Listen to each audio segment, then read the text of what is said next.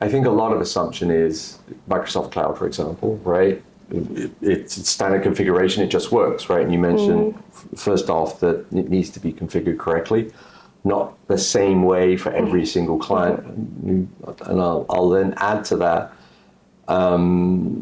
You also talked about,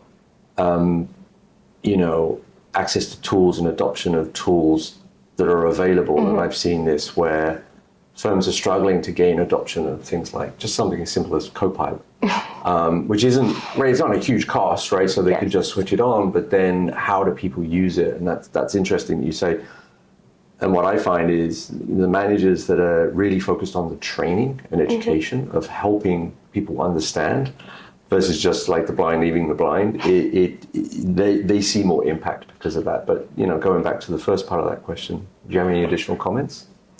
To be honest, I would add to that adoption that if it's correctly adopted, it really helps the managers as well as all the everyone within the firm to be more innovative and just stop being as reactive and looking for threats or reacting to those threats, but actually proactively making sure that that security is configured correctly and it's there, so they are within their bubble. Yeah. And they can perform the role that makes them more effective and efficient and helps the operation run smoothly.